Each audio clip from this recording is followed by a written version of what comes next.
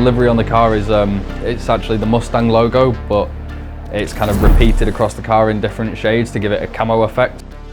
Everyone kind of goes, oh, why is it camo, until they see that it's the Mustang logo as well, and then they're like, actually that's quite cool. Going through the car as well, it's actually got a lot of standard bits from the road car on it, which is great. So the front bumper, the rear bumper, the side panels, they're all off the road car, which means that if you do have a bit of a crash or something like that, it's nice and cheap to fix. But then obviously there's a lot of carbon bits on it as well, so kind of the bonnet, the roof, the doors, and then yeah, everything on it inside stripped out. There's not a lot left inside, just kind of a roll cage and one seat and a wheel and your pedals, and that's about it. In 2015, which is his first full season of racing, he won the Northern Championship, the National Championship.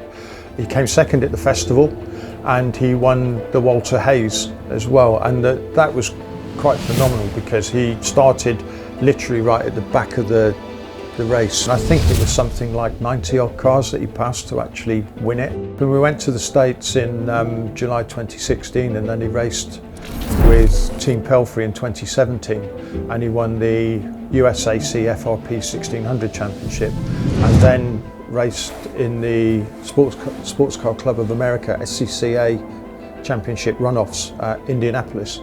And because of the way he actually conducted himself on and off the track and the other things he was doing, he was awarded the SCCA's President's Cup by the members who were there at the circuit who voted for him, which was, to me, was a really proud moment, because you don't get that just by winning, you get it because people look at you as a person, and I thought that was more important. And Matthew was one of the youngest and is the only Brit in its history to be awarded it, which is just great. And equally, he's very focused, which is massively to his credit. A proven track record internationally. So yeah, I rate him very highly. We came from the back of the pack after a bad qualifying because we had an issue with the car, and ended up winning the race, which was just amazing. And we kind of won it on merit as well. We didn't kind of look into anything. We had to overtake the whole field. Matt managed the traffic superbly, managed to gap the Astons when he needed to by using GT3s to his advantage. It was a race that I was on tenterhooks the whole way through.